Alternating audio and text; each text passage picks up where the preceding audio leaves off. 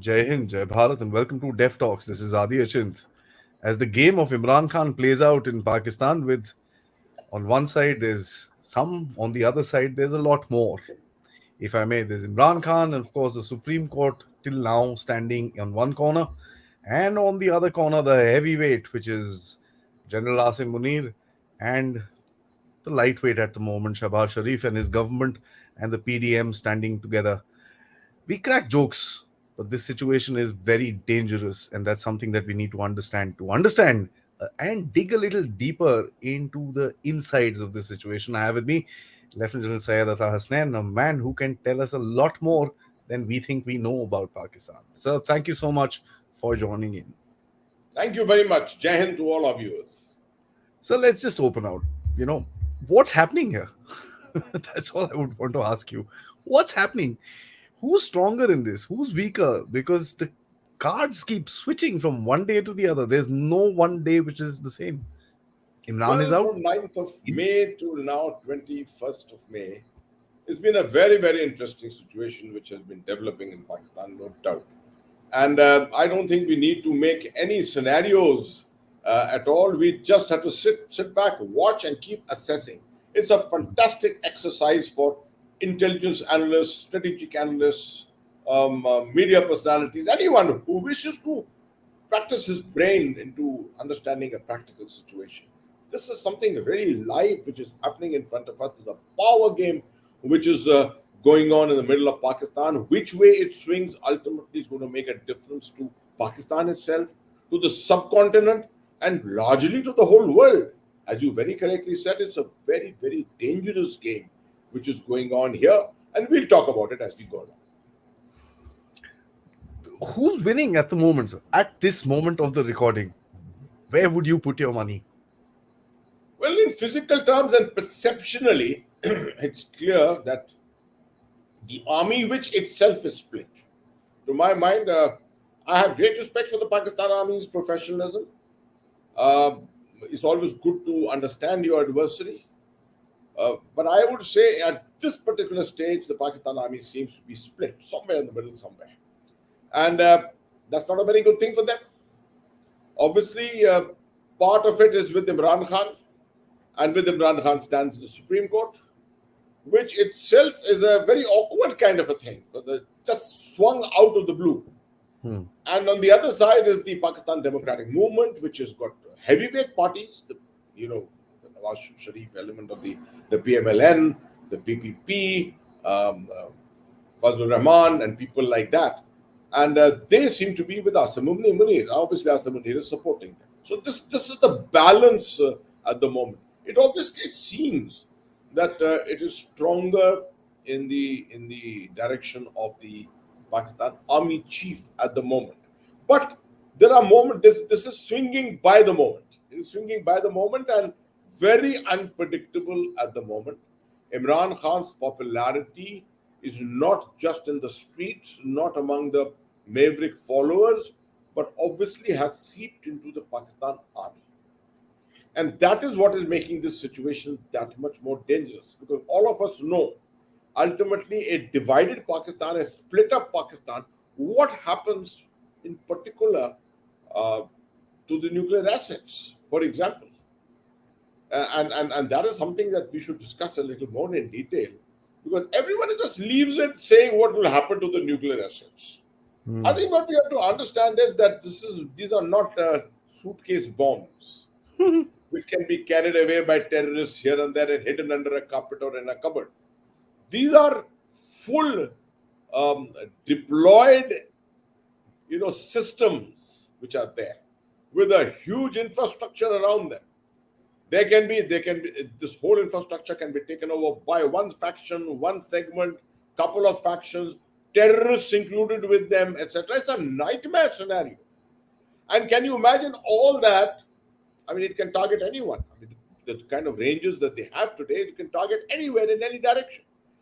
The army element itself may be still sane, but if an element of the terrorists gets into this, insanity is a very common thing. What happened with 9/11? It's an insane act which terrorists can carry out.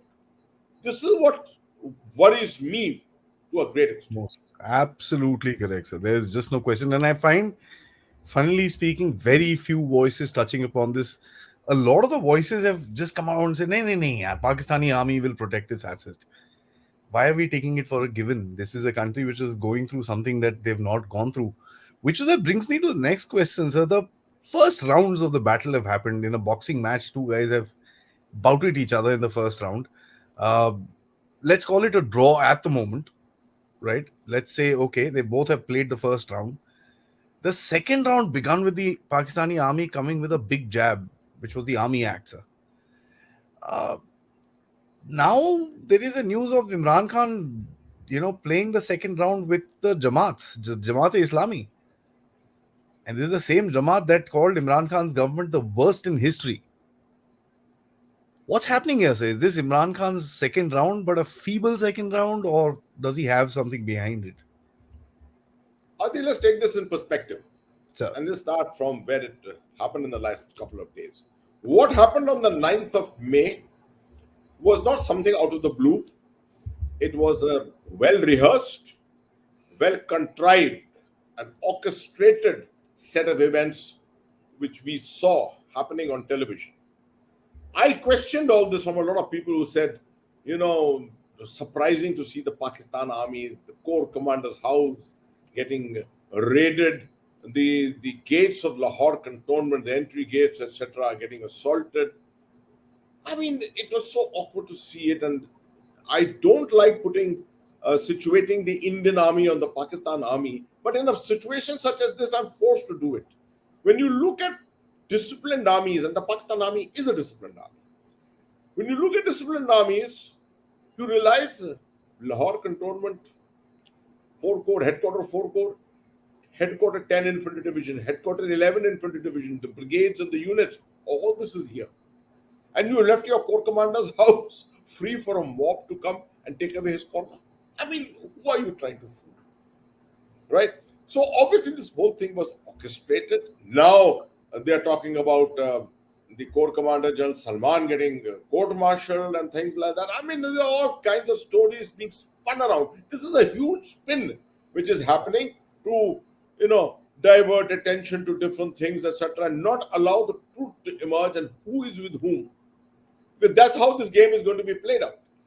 Remember one thing which is right. a favorite deduction of mine about the Pakistan army. It tasted power very early. It tasted corruption very early. Money came in at a very early stage after independence. As a result, the risk-taking propensity of the Pakistan army is so high that the Indian army, we cannot even imagine it. It doesn't strike our perception because we are an army which is subservient to the political authority completely. I mean, there's no question of questioning anything here. For us, it is very difficult to perceive it. But Pakistan army is obviously playing these games out. The only difference which I'm seeing happening here is for the first time I'm seeing this split taking place. But normally the army has been disciplined, has been united, and every time there's a threat from somewhere, threat to the unity of Pakistan, you always found the army is the one which has taken the lead. This time the situation is dangerous because the army itself is deeply involved in the streets, which is something which has not happened in the past. It's not experienced with this. It's been a bystander and a witness to what is happening in Islamabad in the last couple of years. The dharnas and the bums which were happening on the roads, etc. Pakistan army kept out of it, did not get itself involved in this. But this time it seems now that in the street battles and into the streets in the power games, the Pakistan army has stepped in completely. They are apolitical. They want to show themselves as apolitical, and they don't want to take over the reins of power because they know that tomorrow, when Pakistan goes under, with the kind of situation they are in, they don't want to take the blame. So they want someone there. That someone should be pliable. Imran Khan is not pliable at the moment. With the kind of history of conflict he has had with the army leadership, he's not pliable. So the next set of people are the PDM, very, very pliable, weak at the moment. The democratic process, they can sort of delay it as long as they wish. So the first side time part of it, in the delay of the elections, uh, taking control of power, etc. It seems that General Asim Munir, appears to be comparatively simple, but I'm told he's got a nickname called the Deceiver, which is just very, very from his academy days. So we don't know what his actual personality is, and he may be hiding under the garb of his rather poor articulation and things like that. But maybe a very sharp, maybe possessing a very sharp brain for this kind of a thing. Many times, people who are very sharp for these kind of things don't actually display very high leadership qualities. At least upfront, they don't display it. So I think at the moment, marginally, they have got they've taken the upper hand.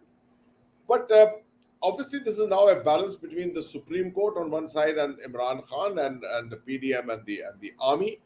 The army split does not seem to be something in this right through the center. Majority of the army still remains with the army chief. There are elements.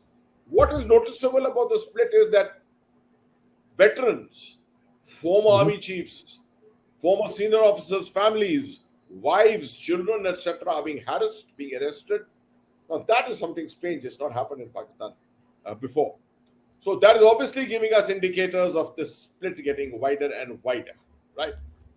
At the end of the day, as long as the loyalty of the serving elements remains with General Asim Munir, majority of them, I think he will rule the roost for a fair amount of time. But the army is unpopular. And this is Hmm. a rare time that the army is so unpopular. Pakistan, the army has been very, very popular. But now people are looking around the world and saying, see what a example they've made of Pakistan.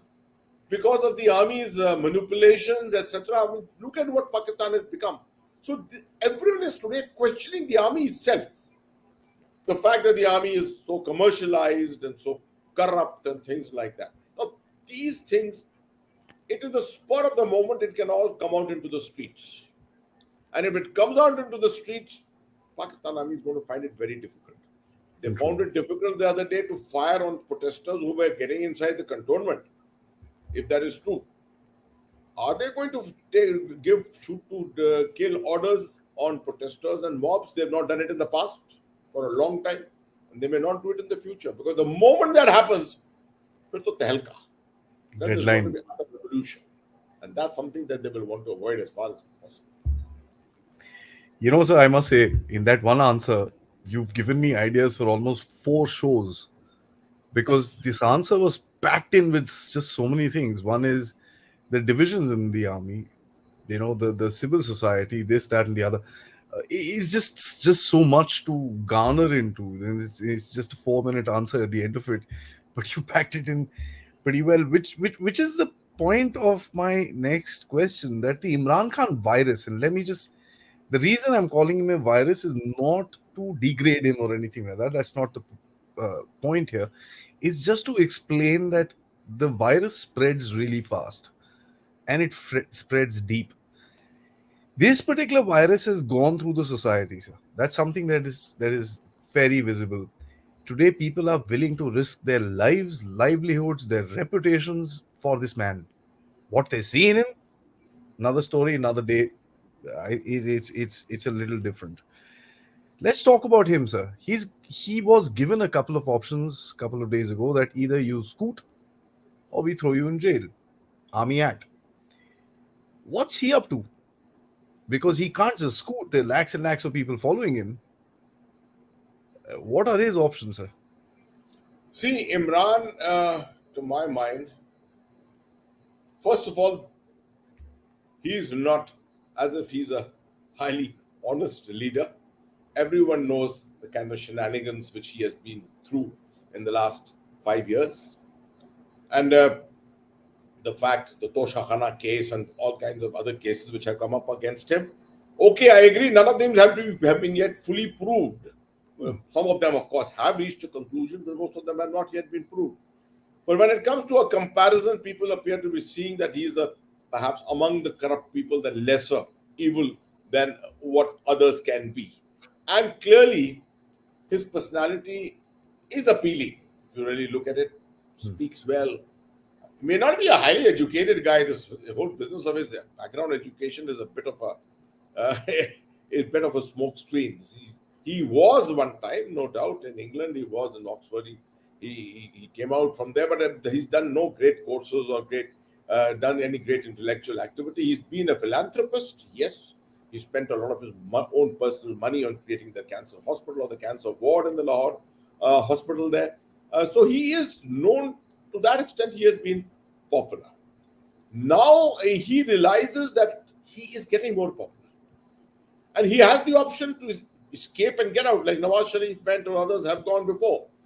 But he realizes that an inflection point has perhaps been reached where things are changing around for the Pakistan army. And to my mind, he is being advised a lot by his favorite officer, Jan Fayaz Hamid, the ex DG ISI, who is probably making most of the assessments and presenting them to his former boss and telling him, "Ruk jao, moment is coming. देखिएगा इनको हारना पड़ेगा." So he's being led up that. He's being led up that. But to fight an establishment, a serving establishment, which is the constitutional backing, etc., is not an easy thing. Easy. I mean, a nation has to go up in flames completely. If that has to happen, and ultimately it's not a question of elections. Then ultimately it's a question of who wins in the street power. Survival. Right, and in street power, well, yes, you can continue, you can bring in the mobs, etc. But at the end of the day, the people who have the constitutional authority, who have the weaponry, the things like that, they are the ones who will probably rule the roost, provided that they have the control of the army. The army will tomorrow very well refuse, and you may find a state may come where the army actually switches loyalties. So there are lots and lots of options, and I'm sure Imran Khan has been very well briefed by the coterie of people who appear to be supporting him, led by Hmm. his famous DG ISI, who I'm told is a fairly intellectually oriented officer. Hmm. People who have been with him in courses of instruction abroad, internationally, from the Indian Army, have spoken to me and told me that yes, he is a fairly accomplished officer, well read, and chip on the shoulder like all Pakistan Army officers regarding Kashmir and about India. So, and he's very articulate. And you saw him right at the on 31st of August 2021 when the Americans had left Kabul. You saw him roaming around. You saw him one of the first visitors from Pakistan into Kabul, and the air of confidence, the way he was roaming around, etc., as if this whole exercise of getting the Americans out was under his leadership of the ISI that it had happened. That's what he was trying to reflect. So, with that kind of a ambitious personality behind Imran Khan, and I'm sure there are equally others strong enough who are not showing themselves up front. Uh, you're going to find Imran Khan digging in the flag and saying, "I'll take this to battle." Let's see So what I happens. think Pakistan is heading for a battle royal. Absolutely, I said this in a couple of shows before. Is heading for a battle royal, and I fear for what is going to happen there with the kind of economy, the situation, and in overall the food situation and things like that. You will have to see what the international community, how it will look at this entire thing. Because so far, to my mind, and that's my last point on this issue, to my mind, there is an artificial bailout of Pakistan which is taking place. I don't think Pakistan, with the kind of reports which have been coming for the last 6 months, could not have survived in this manner. No. There's an artificial bailout which is taking place. There is money coming in from the Gulf. There are there is zakat.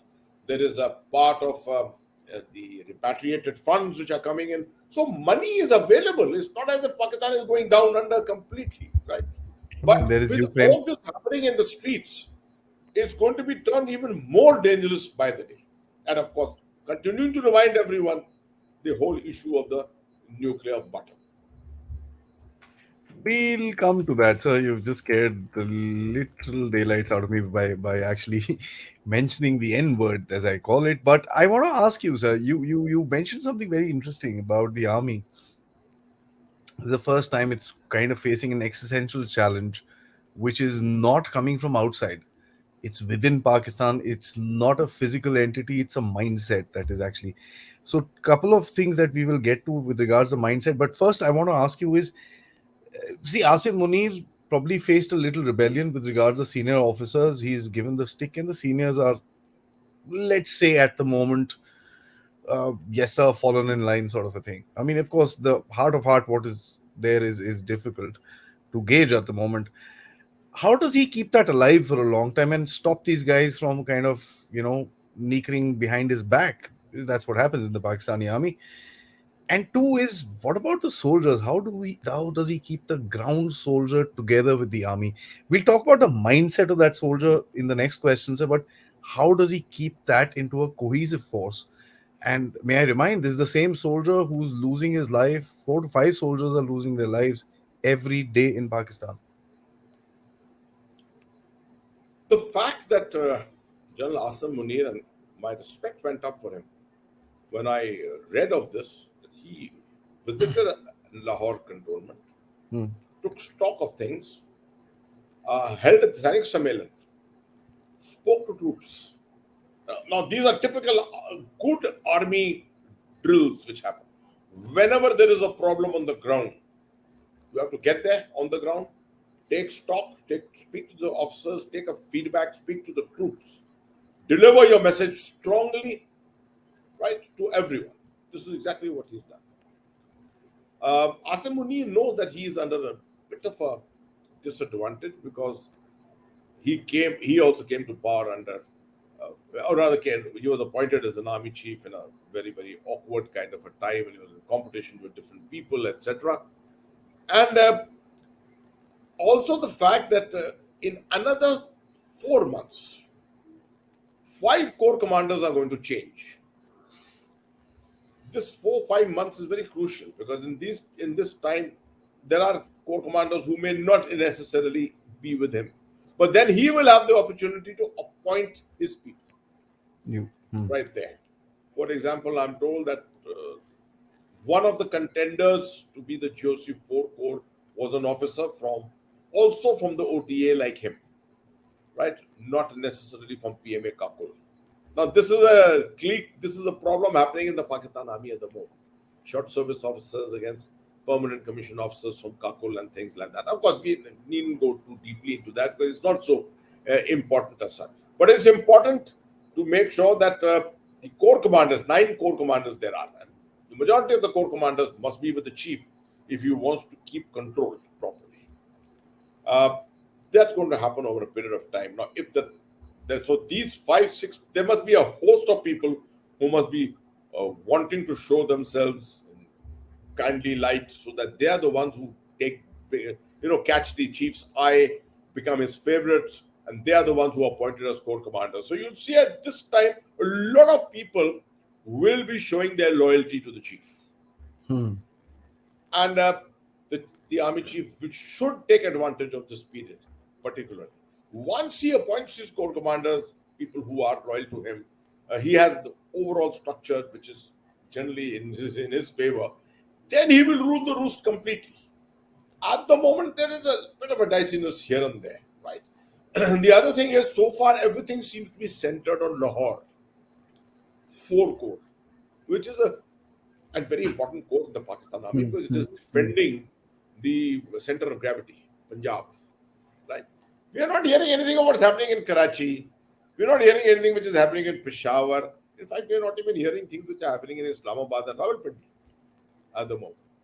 And the Pakistan Army, people who listen to our program must be wondering, why are we so deeply interested in different dynamics of the Pakistan Army, looking at different cantonments, etc.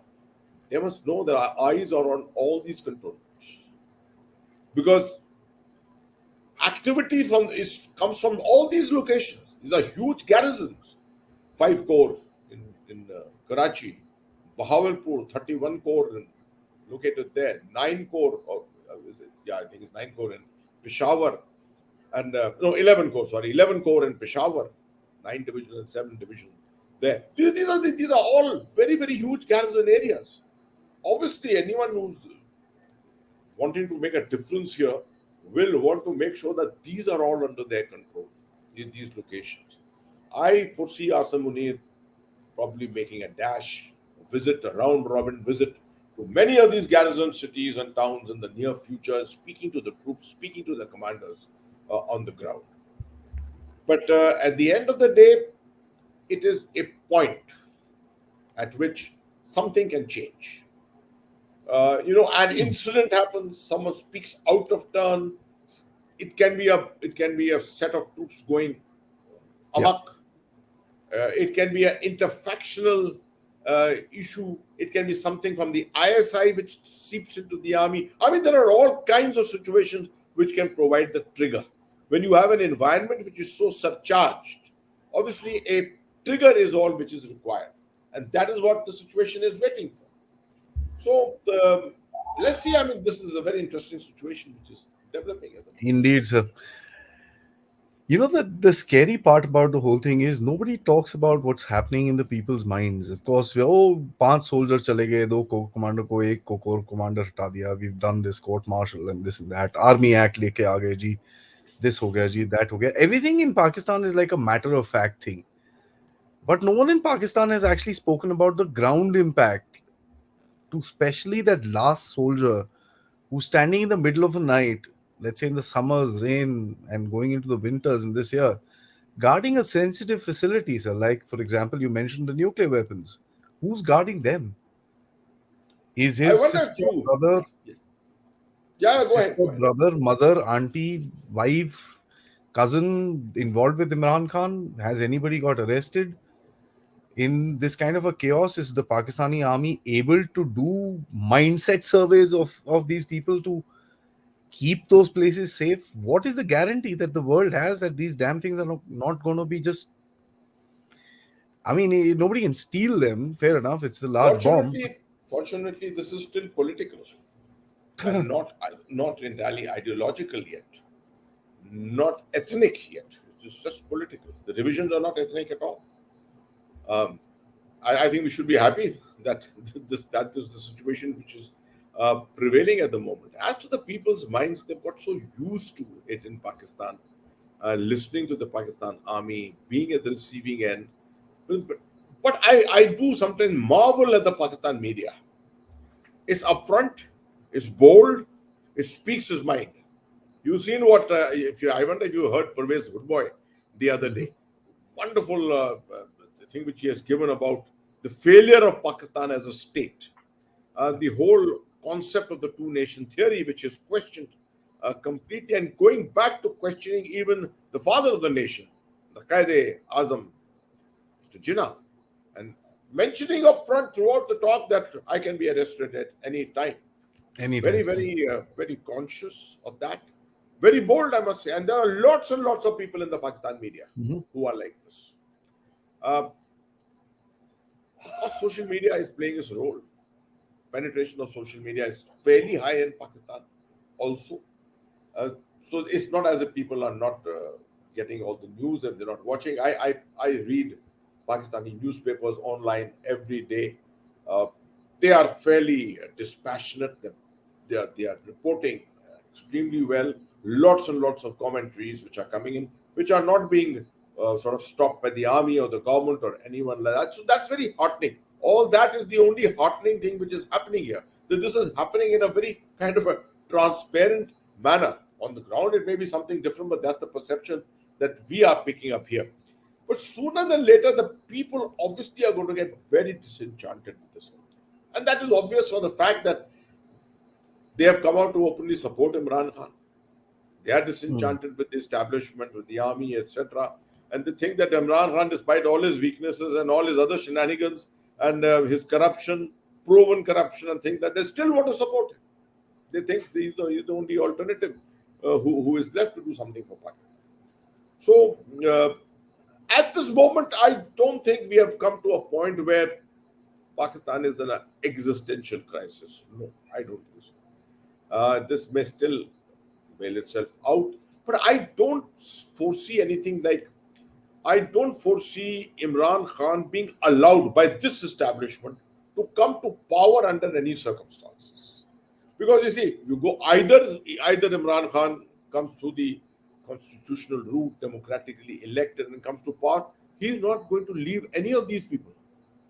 They all also understand it. In Pakistan, revenge is forceful, right? And if it comes to if it comes to a fight, obviously this the ruling element today can't allow Imran Khan to win the street. So either way, Imran Khan is not acceptable to them.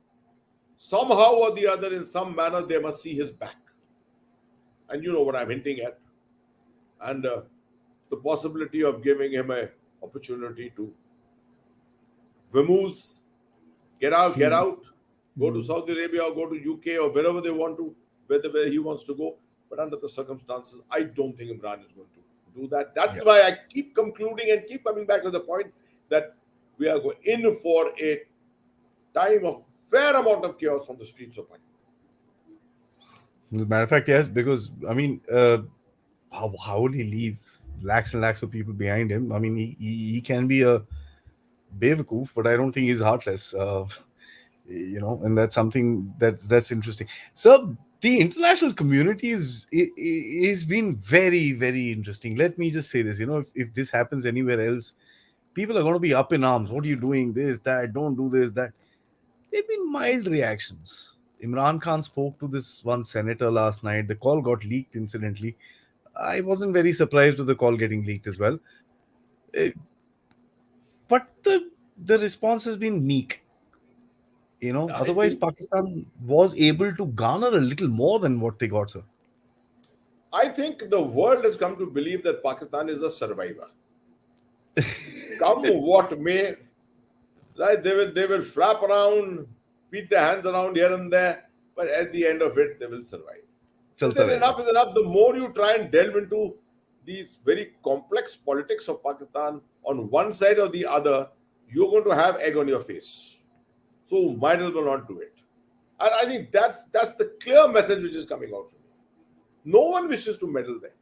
Mhm. We are, of course, discussing because they are our neighbors here, right? And directly affects us. But the world is unconcerned. Although there are lots and lots of implications for the world, starting with nuclear weapons, starting with terrorists, starting with the chaos in the AFPAC region and things like that. But people say, no, no, Pakistan is a survivor. It will take care of itself.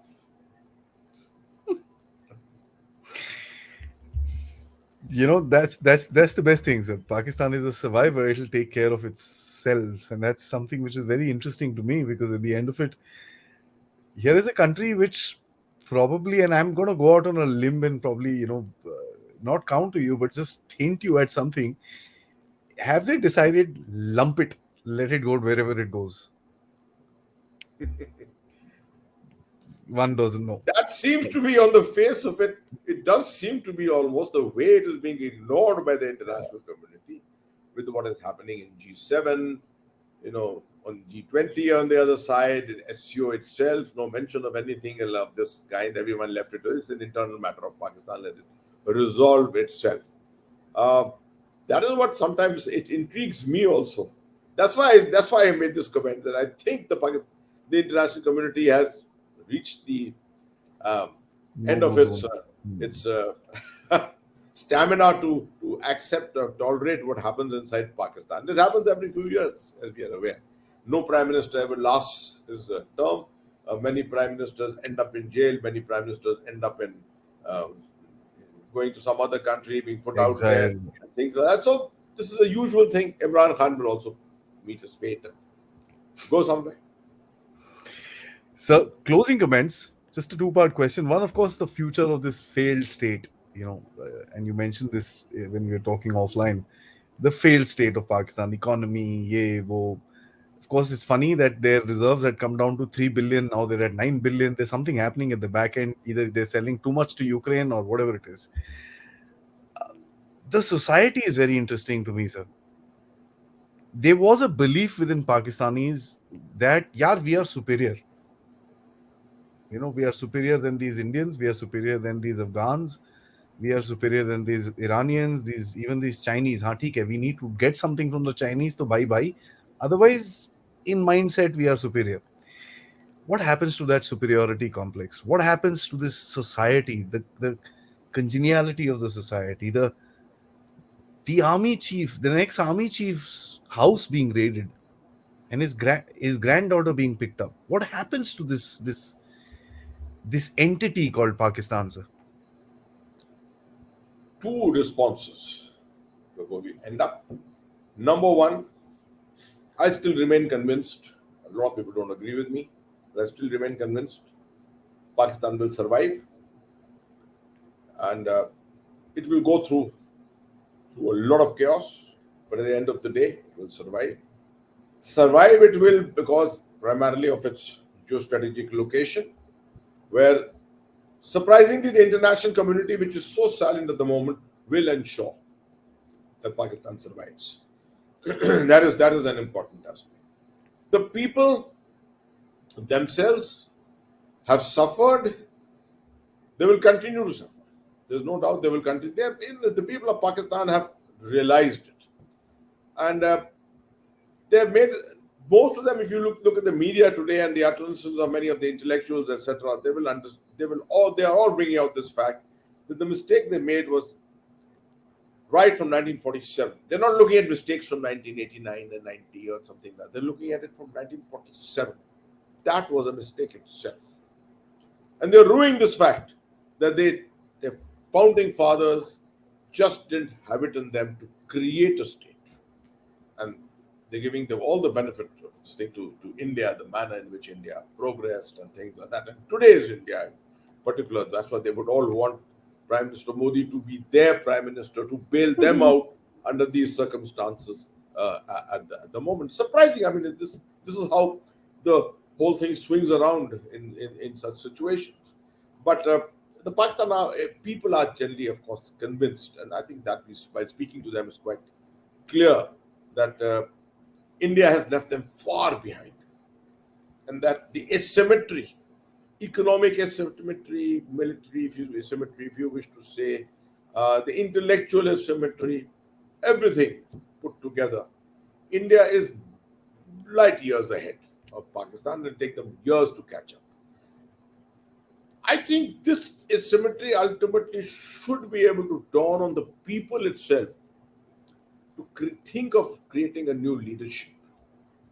It's not an easy thing for a society to throw up a completely fresh leadership, but you require a fresh leadership which will view India, which will view the world in a very different light, quite different from Jinnah's 1947 two nation theory, quite different to Ziaul Haq's whole business of 1,000 cuts against India, of radicalization of Pakistan so that it becomes a greater member of the Islamic community, of the OIC itself, becomes the flag bearer of Islam. All this we should put behind them. That's what the people, to my mind, should be looking for.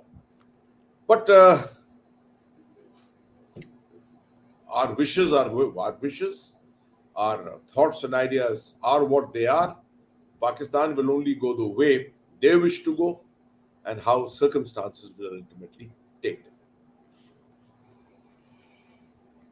I don't think Pakistanis will be happy to hear that. So let me just say that right at the beginning. Sir, thanks so much. I mean, this is a complicated situation. A lot of people are making a very light analysis of this. It's not that simple. I think it requires a little more dwell or little more deep dive into the situation, as normally, which is not required with Pakistan. You read the news couple of days, you know what's happening around, and you're able to form a picture. But this time, I think for the strategic analysts in India, Pakistan has indeed thrown a googly, which took a little time for a lot of us to understand, because the variable factors and the variable inputs that were there were so varied that each one had its own reaction when it combined with the other. And the conspiracy theories at the back, and along with the games people play in Pakistan as it is, makes things even more complicated. Keeps our brain sharp, as you said, sir. Thank you so much, and I hope to catch up with you very soon for an update in case things do blow up, or just to figure out has Pakistan deteriorated or actually moved to a solution as we were trying to figure out in this episode. Till then, sir, thank you so much once again Thank you and very Jai. much. Thank you very much. Jai Hind to our viewers.